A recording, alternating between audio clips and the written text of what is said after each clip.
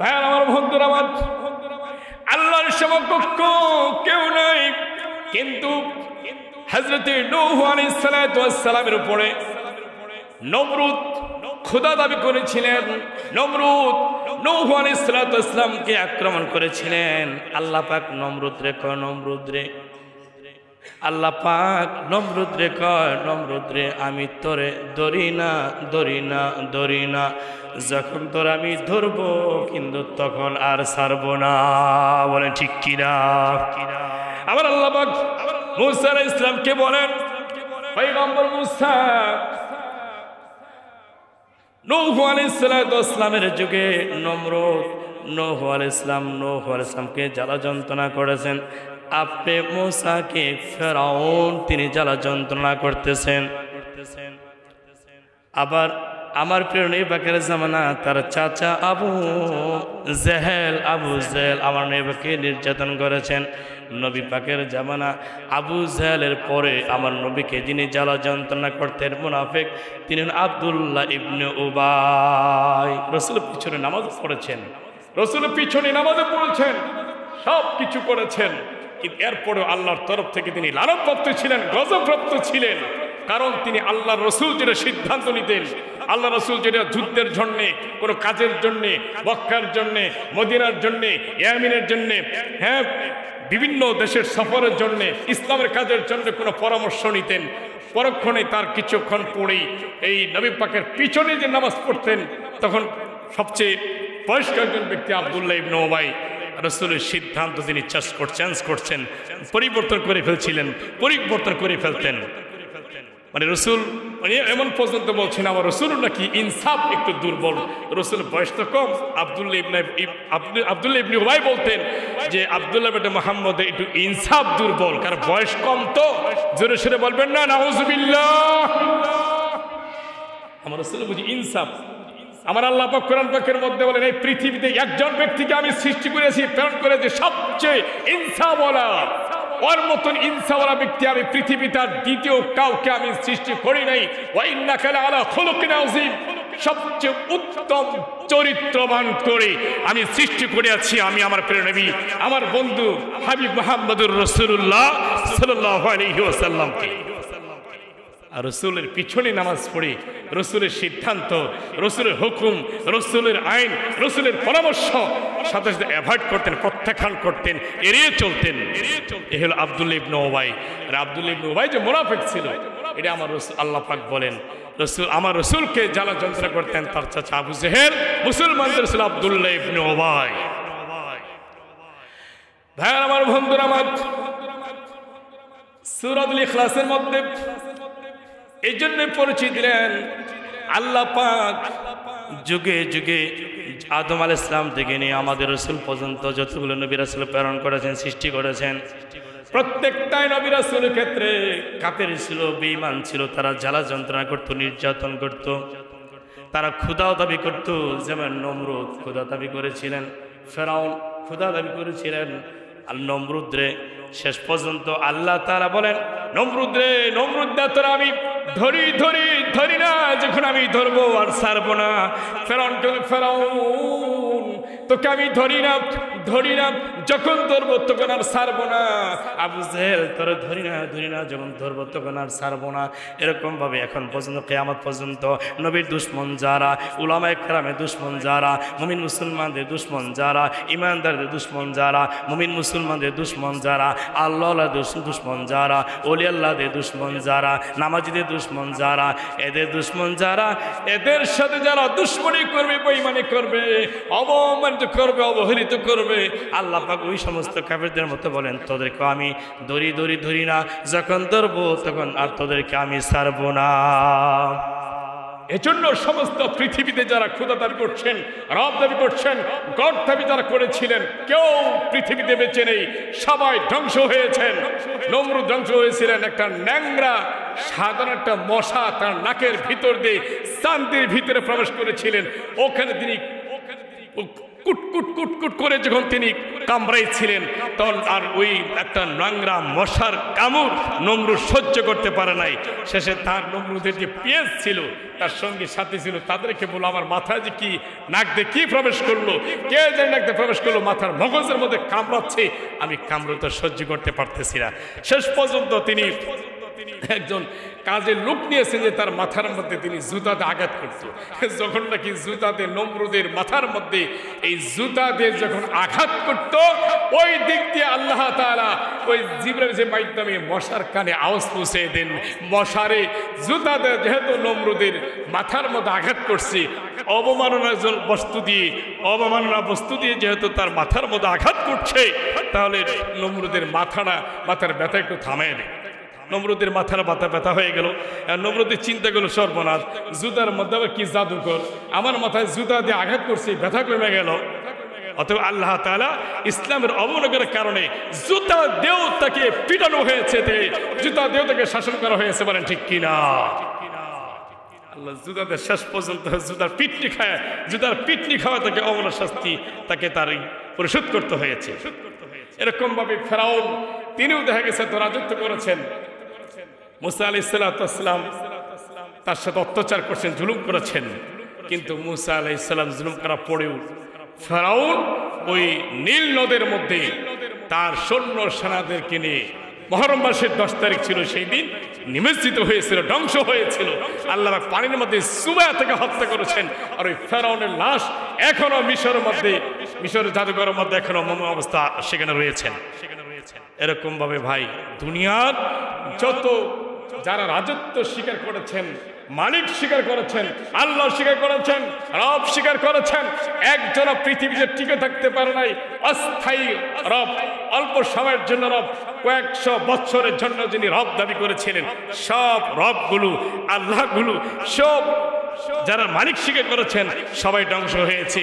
যিনি আমাদের আসল রব এখনো আছে না নাই? আছে। আমাদের আসল মালিক এখনো আছেন।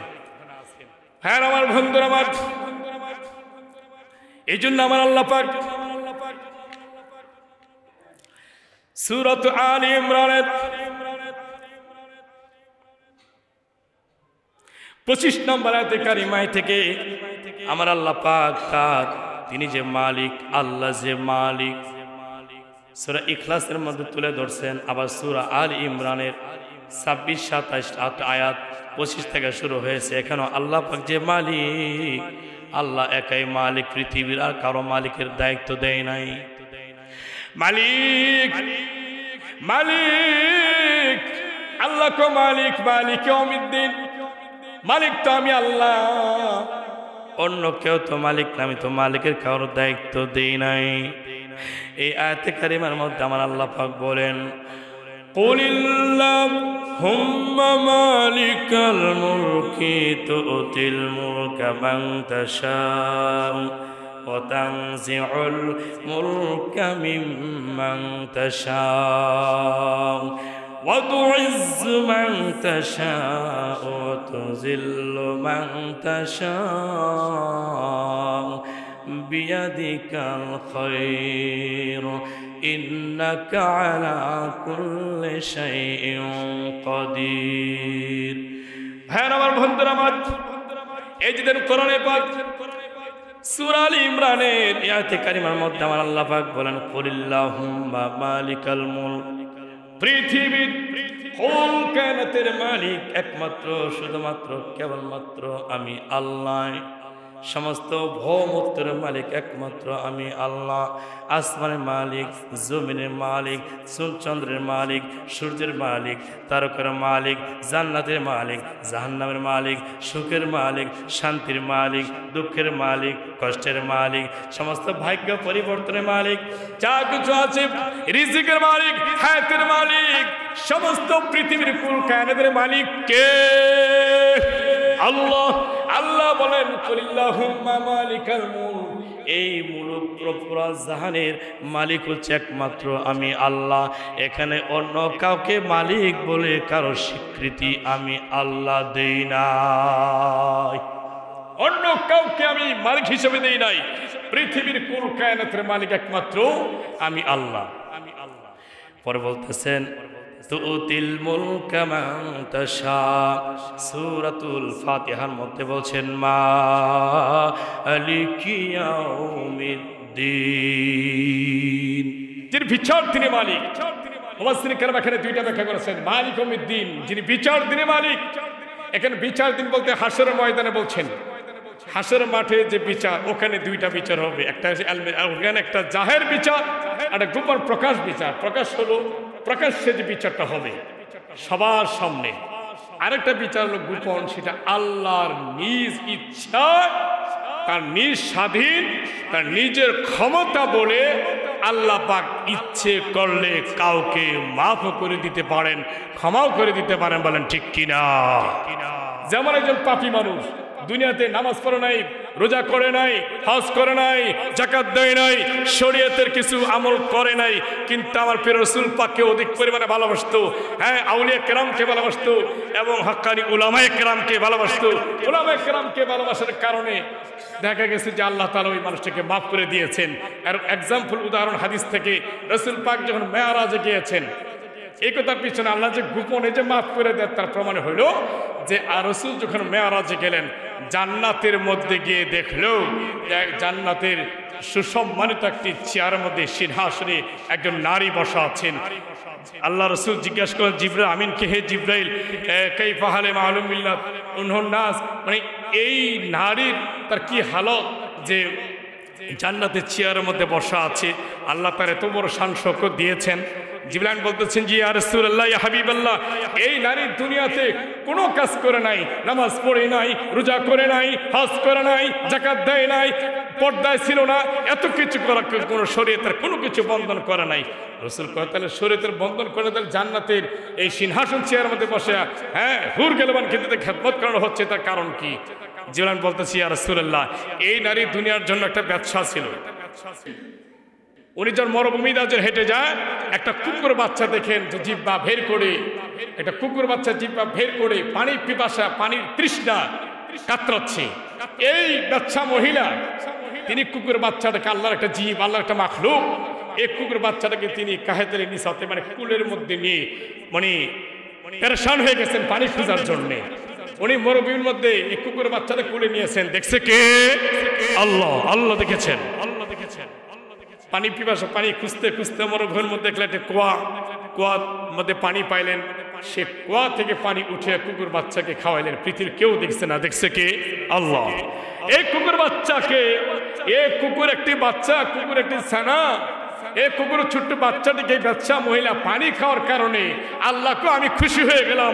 আমার ছোট্ট একটা জীব, আমার মাখলুক, এই ছোট্ট একটা জীব মাখলুককে ওই মহিলা দিয়ে পানি খাওয়াইছিস, আমি তোর জীবনে কোনো আমল বলতে কিছু নাই, নেক আমল বলতে কিছু নাই, যা এই ছোট্ট একটা আমি আল্লাহ পাকের মাখলুককে পানি খাওয়ার শান্তি দিছিস, এই মাখলুকের শান্তি দেওয়ার কারণে তোর জীবনের সব বেশ্যাগিরি আমি আল্লাহ মাফ করে দিলাম। সুবহানাল্লাহ, আল্লাহু আকবার।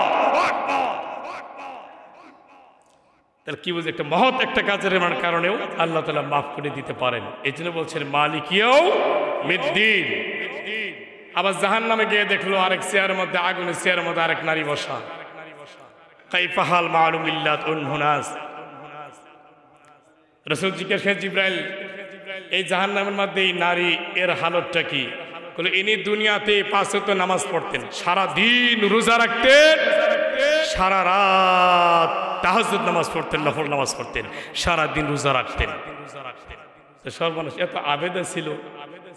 তাহলে এই মহিলার তাহলে আবার এই জাহান্নামের আগুনের মধ্যে, চেয়ারের আগুনের মধ্যে বসা, তার কারণ কি? জিবরাইল জবাব দেয়, এই মহিলাটা ছিল বদ মেজাজি। কি ছিল ভাই? বদ মেজাজি ছিল। বদ মেজাজি একটা বিড়াল বাচ্চা তার বাসায় ওড়াবাড়া করতো। বিড়াল বাচ্চাটাকে রাগে মেজাজে ধইরা তাকে আটকে রাখতো, বন্দি করে রাখছিল। 3 দিন পরে দেখে এই বিড়ালের বাচ্চাটা মরে গেছে। এই বিড়াল বাচ্চাটা তাহলে এক মহিলা, এক বেশ্যা মহিলা কুকুরের বাচ্চাকে পানি খাওয়াতে মাপ পেয়ে গেলেন, আর এক আবেদা ইবাদতকারী মহিলা একটা বিড়াল বাচ্চাকে, একটা বদমেজাজি মহিলা আবেদা ছিল, আমলুলা ছিল, বিড়াল বাচ্চাকে বেঁধে রেখেছিল 3 দিন 3 রাত, তিনি সেখানে মৃত্যুবরণ করেছে। এই অপরাধে আল্লাহ তাআলা এই নারীর জীবনের তাহাজ্জুদ নামাজ, জীবনের সারা দিনের নামাজ, সারা দিনের রোজা, সারা দিনের নামাজ, ওনার পর্দা পশিদা, বুজুর্গগিরি সব শেষ হয়ে গেছে। আল্লাহ তাআলা রাগান্বিত হইয়া এই মহিলাকে জাহান্নাম দিয়েছে। এই জন্য বলছিলেন যে মালিক ইয়াউমিদ্দিন, এর বিচার দিনের মালিক সেখানে হলো আল্লাহ। ইচ্ছে করলে ইবাদত ছাড়াও কাউকে মাফ করে দিয়ে জান্নাতে নিতে পারে কি পারে না ভাই? অবশ্যই পারে। আল্লাহর ক্ষমতা আছে না নাই? এই ক্ষমতা একমাত্র আল্লাহ। এই জন্য ভাইয়ারা আমার, আল্লাহ পাক কোরআন পাকের মধ্যে বলেন, কুলিল্লাহুম্মা মালিকাল মুলকি তুতিল মুলকা মান তাশা, সমস্ত ভৌমত্বের মালিক হচ্ছে একমাত্র আমি আল্লাহ। তুতিল মুলকা মান তাশা, আমি আল্লাহ যাকে রাজত্ব দান করি, পৃথিবীর কোন মানুষ তার কাছ থেকে রাজত্ব ছিনিয়ে নিতে পারে না। আমি আল্লাহ যাকে রাজত্ব, যার কাছ থেকে আমি রাজত্ব ছিনিয়ে নেই, পৃথিবীর কোনো শক্তি নাই তাকে রাজত্ব ফিরে দেওয়ার জন্যে। রাজত্বের মালিক কে? ক্ষমতার মালিক আল্লাহ বলে, আমি যাকে রাজত্ব দান করি, ক্ষমতা দান করি, পৃথিবীর কোনো মানুষের ক্ষমতা নাই ওই ব্যক্তির কাছ থেকে রাজত্ব, ক্ষমতা, তার শক্তি তার কাছ থেকে ছিনিয়ে নেওয়ার জন্যে। আর আমি আল্লাহ যার কাছ থেকে রাজত্ব ছিনিয়ে নেই, আমি তার কাছ থেকে আমি শক্তি, ক্ষমতা আমি ছিনিয়ে নেই, পৃথিবীর কোনো মানুষের ক্ষমতা নাই তাকে রাজত্ব, তাকে ফিরে দেওয়ার জন্য। রাজত্ব দেওয়া, রাজত্ব নেওয়া, এই ক্ষমতা দেওয়ার, ক্ষমতা নেওয়ার মালিক কে? আল্লাহ। সূরা আল ইমরান থেকে আয়াতে পড়ছি, কুলিল্লাহুম্মা মালিকাল মুলক তুতিল মুলকা মান তাশা। পরে শব্দে বলতেছেন ওয়া তুইজ্জু মান তাশা। ভাইরা আমার, বন্ধুরা আমার, আমার আল্লাহ পাক বলেন ওয়া তুইজ্জু মান তাশা, আমি আল্লাহ যাকে ইজ্জত দান করে, সম্মান দান করে, পৃথিবীর কোনো মানুষ তাকে বেইজ্জতি করতে পারে না। আমি আল্লাহ যাকে বেইজ্জতি করি, পৃথিবীর কোনো মানুষ তাকে ইজ্জত দিতে পারে না। বলেন ঠিক কিনা? ইজ্জতের মালিক কে? আল্লাহ। আর বেইজ্জতের মালিক আল্লাহ। তাহলে ইজ্জত যাকে, আল্লাহ যাকে ইজ্জত দান করেন, পৃথিবীর কোনো মানুষ তাকে বেইজ্জতি করতে পারে না। আল্লাহ যাকে বেইজ্জতি করেন, পৃথিবীর কোনো মানুষ তাকে ইজ্জত দিতে পারে না। বুখারীতে একটা হাদিস আসছে, আল্লাহ কয় পৃথিবীর ওই মানুষটাকে আমি ভালোবাসি। আকাশে ফেরেশতাদেরকে বলেন পৃথিবীর ওই মানুষটাকে আমি আল্লাহ ভালোবাসি। তখন ওই আকাশের রহমতের ফেরেশতারা জমিনের রহমতের ফেরেশতাদেরকে বলে, ও জমিনের রহমতের ফেরেশতারা, আল্লাহ তাআলা জমিনের ওই ব্যক্তিটাকে আল্লাহ অধিক পরিমাণে ভালোবাসে।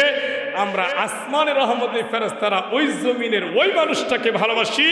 অতএব তোমরা জমিনের যে ফেরেশতা আছো, যারা জমিনের দায়িত্বে যারা আছো, তোমরা ওই মানুষটাকে ভালোবাসিও। সুবহানাল্লাহ বলো। কেন? ওই মানুষটাকে আল্লাহ যে ভালোবাসছেন, কি কারণে ভালোবাসছি?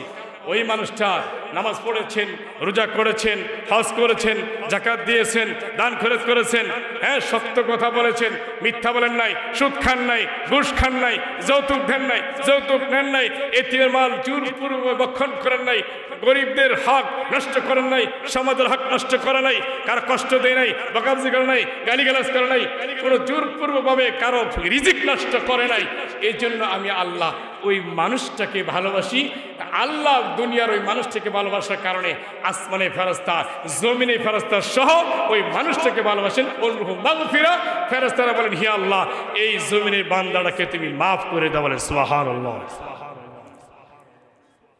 তাহলে ইজ্জতের মালিক, বেইজ্জতের মালিক পেলেন আল্লাহর কাছে, আল্লাহর কাছে পেলেন।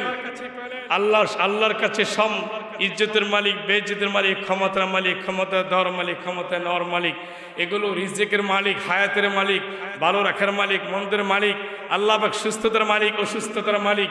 এগুলো আমাদের মধ্যে স্মরণ থাকতে হবে। খালি মুখে মুখে, জবানে জবানে বললে চলবে না, আমাদের অন্তর দিয়ে বিশ্বাস করতে হবে। কাকে ক্ষতি করছেন, কাকে কষ্ট দিচ্ছেন ভাই, কাকে গালি দিচ্ছেন, কাকে বকা দিচ্ছেন, মানে নিয়তি কখনো ছাড়ে না।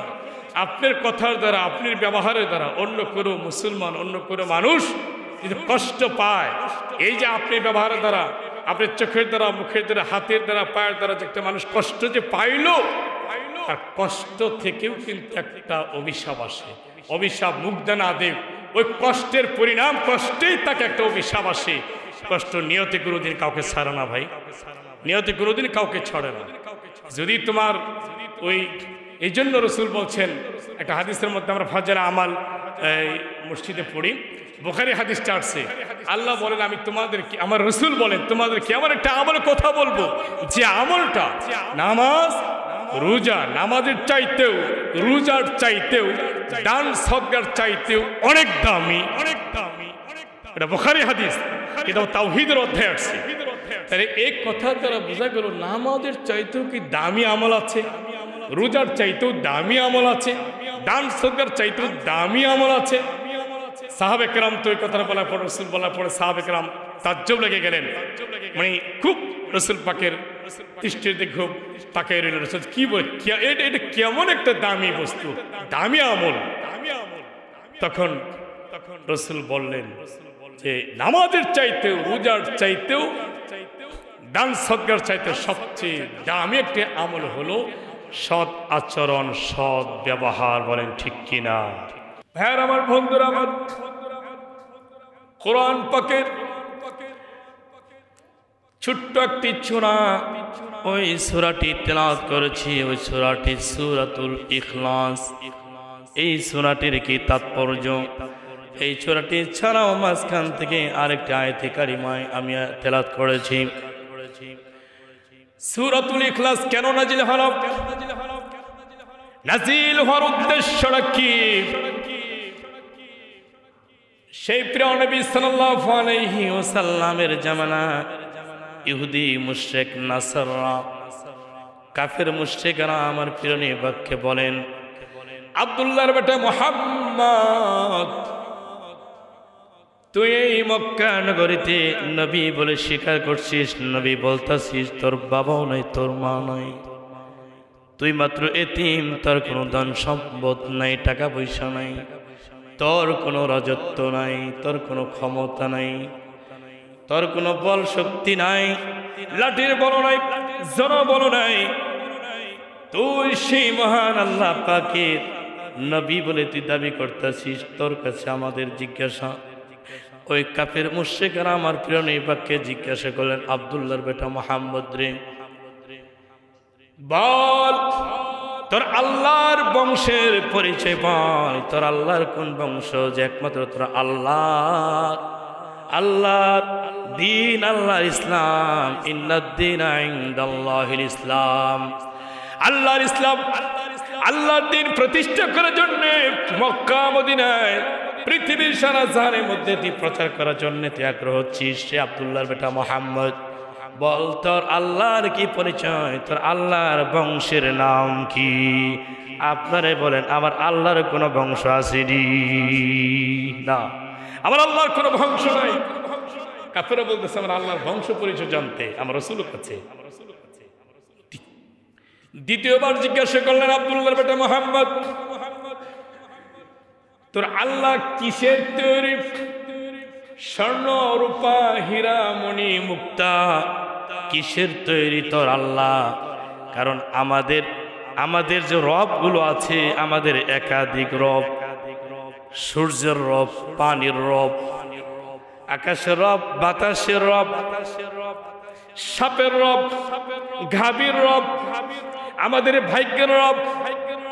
আমাদের রবের কোনো অভাব নাই, আমাদের একাধিক রব। সকলে বলুন নাউযুবিল্লাহ। রব কোনোদিন একাধিক হইতে পারে না।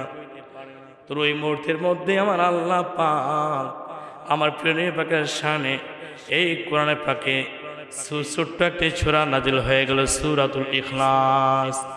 আমার সঙ্গে সবাই পড়ুন, বিসমিল্লাহির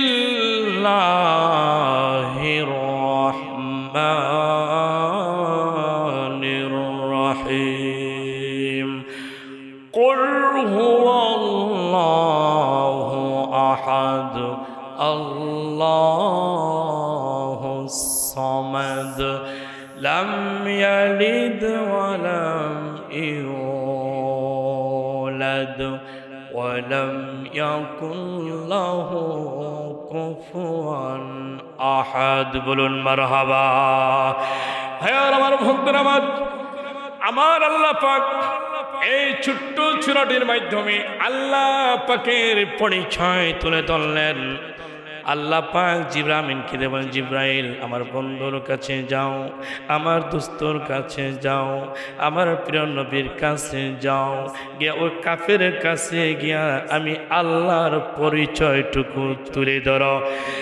আমার নবীর শানে সূরাতুল ইখলাস নাজিল হয়ে গেল। আমার আল্লাহ পাক জিবরাইলকে পাঠালেন, ভাই জিবরাইল যাও আমার বন্ধুর কাছে যাও।